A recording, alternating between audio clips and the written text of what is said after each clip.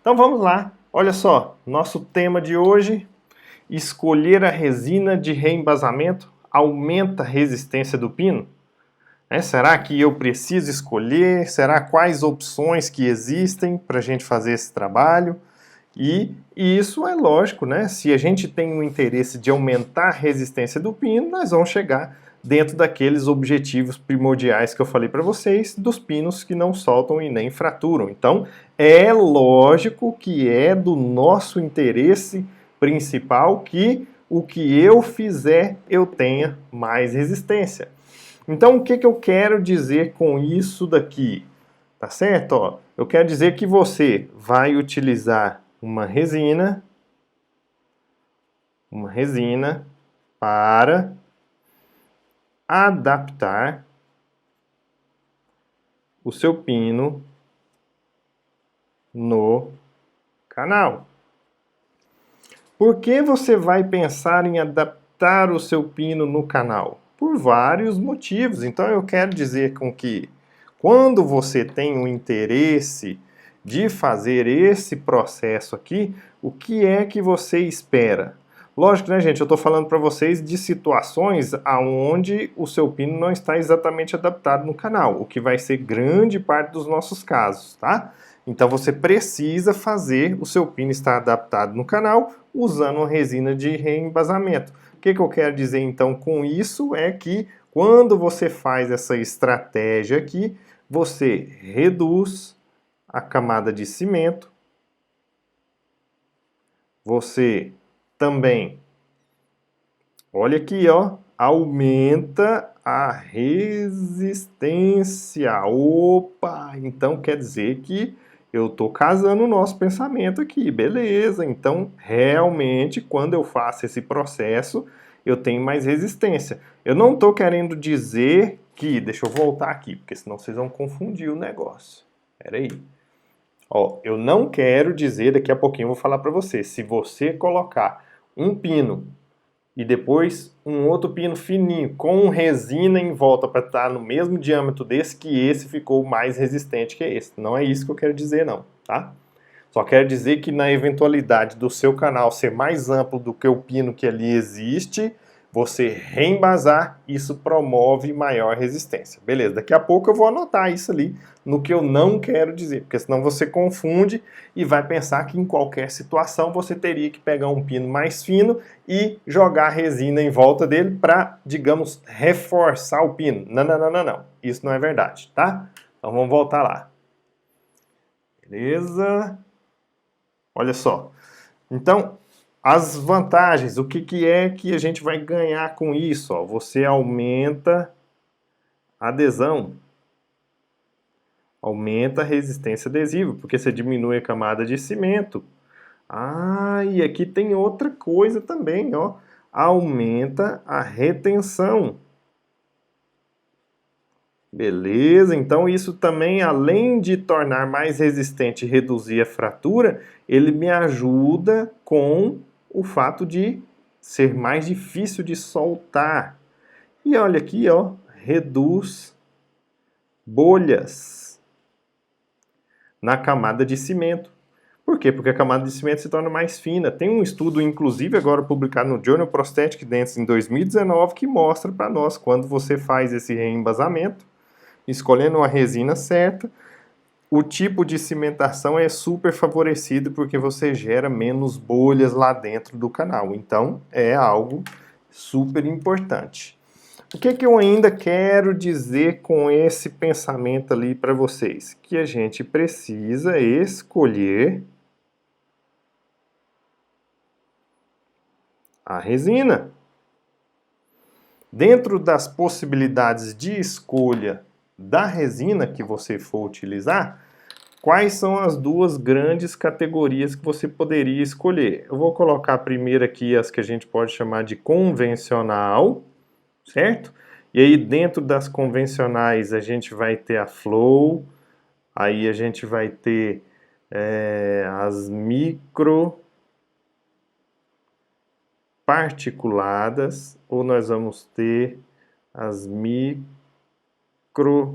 híbrida, ou então as nano híbridas, além das nanoparticuladas também, tá?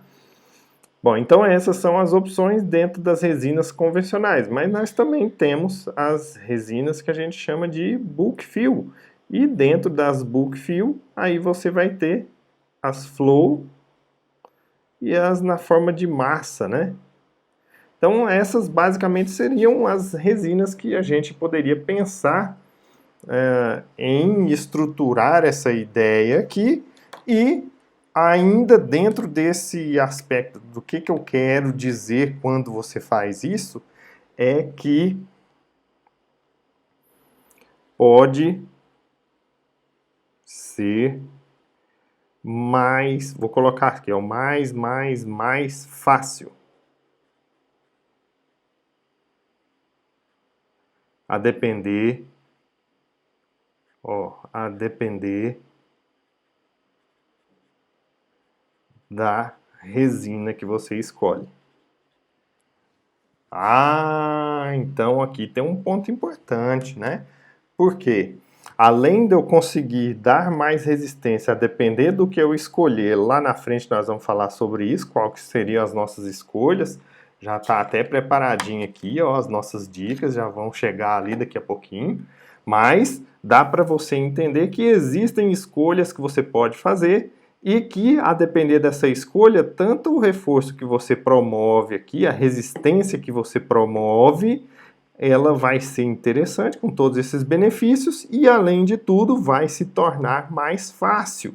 Por quê? Porque tem situações onde o indivíduo fala: não vou fazer isso não, que é difícil demais, eu já fiz, deu errado, travou o meu pino lá dentro, não consegui, não polimerizou direito, a resina esparramou para um lado e para o outro, o pino ficou torto, não consegui inserir de novo. Então isso tem a ver com, muitas vezes, com a resina que você está utilizando. Então precisa saber direitinho qual é a resina para você usar da maneira correta e não cometer o engano técnico. O que eu não quero que você pense a esse respeito aqui, ó? Primeira coisa, essa resina que nós estamos falando não é a resina ou a mesma resina do núcleo de preenchimento. Então, por exemplo, se você pensar numa Rebuilda da Voco ou num Alcencor da FGM, ó, Alcencor, não é isso, viu? A resina do núcleo de preenchimento, se eu não me engano, é uma aula que nós vamos conversar na sexta-feira. Então não tem nada a ver com isso. Isso aqui é outra coisa. Esses materiais aqui, ó, eles não são teoricamente feitos para que a gente possa utilizar nessa situação. Nós daqui a pouquinho nós vamos questionar um pouquinho sobre isso aqui, se seria possível ou não, tá? Mas não são prioritariamente para a gente fazer uso nesse sentido. Eu também não quero dizer que qualquer resina serve. Acabamos de comentar isso, né? Qualquer resina serve? Não. Se toda serviço, nem faria sentido a gente conversar agora, né? Então, nem toda resina serve. Ó, e outra coisa aqui também importante é que isso pode ser simples. O que é diferente de ser fácil, né? Então, não quero dizer que isso pode ser simples de se fazer. Isso é totalmente diferente de ser mais fácil. Então, existe uma técnica que ela, na verdade, é um pouco complexa, né? Não é tão facinho de fazer, mas a gente consegue tornar isso fácil, mas nem sempre aquilo vai ser simples de ser feito. Então, você precisa saber direitinho como fazer para não cometer enganos, tá certo? Então, essa é uma parte importante da gente saber. Bom, beleza, Rodrigo, você está falando que não é uma técnica que aparentemente é simples, tal, como que nós vamos resolver essa situação? Então, vamos lá. Ó. Primeiro ponto, é inquestionável que você precisa treinar. Então você precisa treinar. De alguma maneira você vai ter que resolver isso aí para você conseguir treinar, ou em manequins, ou em dentes que sejam mais fáceis de você executar o procedimento. Você vai ter que ter um bom fotopolimerizador, porque senão ele não vai alcançar a profundidade de polimerização inicial que a gente precisa para que você consiga, ao remover o pino, ó, porque olha só, aqui eu teria um canal com a raiz aqui e um canalzão, ó. Então tá aqui o canalzão. E aí nós vamos aqui, ó, com um pino. Então deixa eu desenhar um pino aqui. E aí você tem, depois, nesse resto de espaço aqui, a sua resina de preenchimento. Então, beleza, preenchi isso daqui.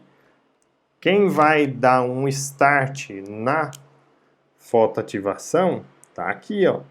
O seu aparelho tá aqui, jogando a luzinha. Então, se o seu aparelho, vou pôr aqui, ó, LED.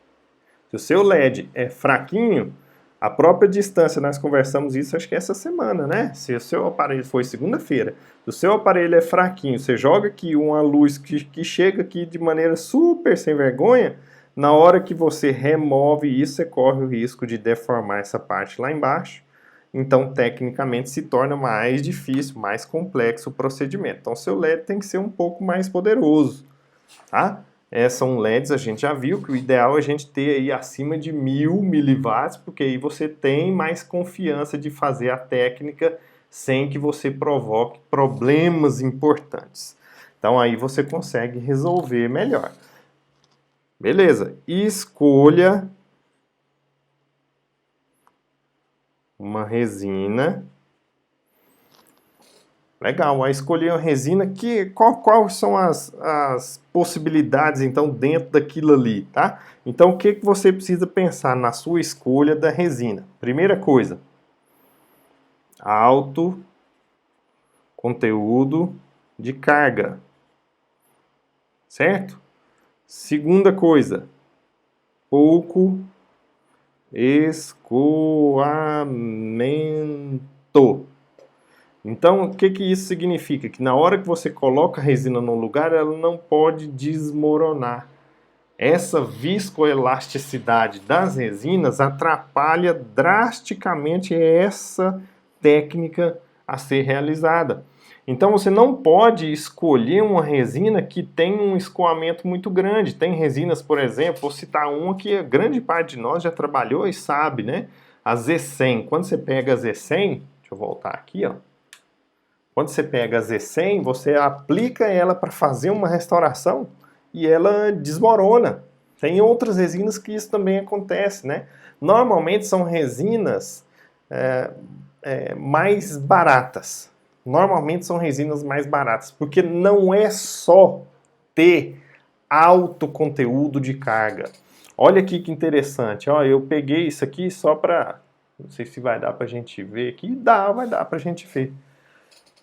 Olha aí, na hora que a gente tem algumas propriedades de materiais, nesse gráfico aqui embaixo, esqueçam esse gráfico aqui de cima, tá? Ele fala de modularidade, não interessa.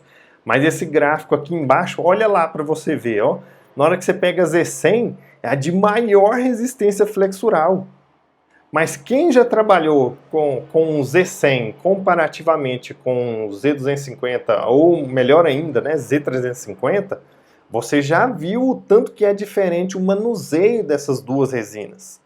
Na hora que você pega a Z350, você põe, ela fica no lugar quietinho. Tem várias outras. Na hora que a gente for falar das dicas, eu vou colocar para vocês algumas opções de bons materiais para a gente utilizar nessa estratégia técnica, tá? Mas o fato aqui é o seguinte, é só para que você observe. Poxa, a Z100, ela tem ou é igual ou é um pouquinho mais de carga do que a Supreme, que aqui é a Z350. E olha, não é só pela quantidade de carga que faz ser mais resistente ou menos resistente. É um indício, tá? Mas a resistência sozinha, ela não te ajuda nessa estratégia técnica. Se você pegar uma resina, por exemplo, olha nesse gráfico aí embaixo, tem um negócio interessante. Ó. Você pega lá aquela Grandil Flow, uma resina Flow. Olha só que é uma resina Flow e que tem um nível de resistência maior do que aquelas outras 3 resinas que estão ali embaixo. Ó. Resina de massa. Então, não é isso que você precisa ter essa relação direta. Ah, minha resina ela é secona, ela é a monstra da resistência. Não. Você precisa ter dentro das resinas, pegar uma categoria legal, então a gente já vai comentar isso ali, e prioritariamente ter esses 2 parâmetros. Alto conteúdo de carga, porque isso é uma medida indireta da resistência, não é bem isso que a gente precisa, mas vocês já viram, já mostrei aí. E, além desse fator, que seja uma resina de baixo escoamento. Que você coloque e ela fica no lugar quietinha, certo? Então, apertei, ela fica, se você espreme, ela deforma. Se você deixa quieta, ela fica quietinha e não fica escorrendo. A resina que escorre demais, você não vai conseguir fazer essa técnica legal. Aí o seu pino ou ele desadapta, ou então você tira, polimeriza na hora que ele desadapta assim no formato ali, né? Ou você tira e polimeriza e desadapta aqui do lado de fora. Na hora que você vai encostar lá, aí você não consegue fazer o pino descer, aí tem que desgastar, e aí vira aquela confusão danada. Tá? Então tem que saber escolher direitinho para a gente não cair nesses erros aí.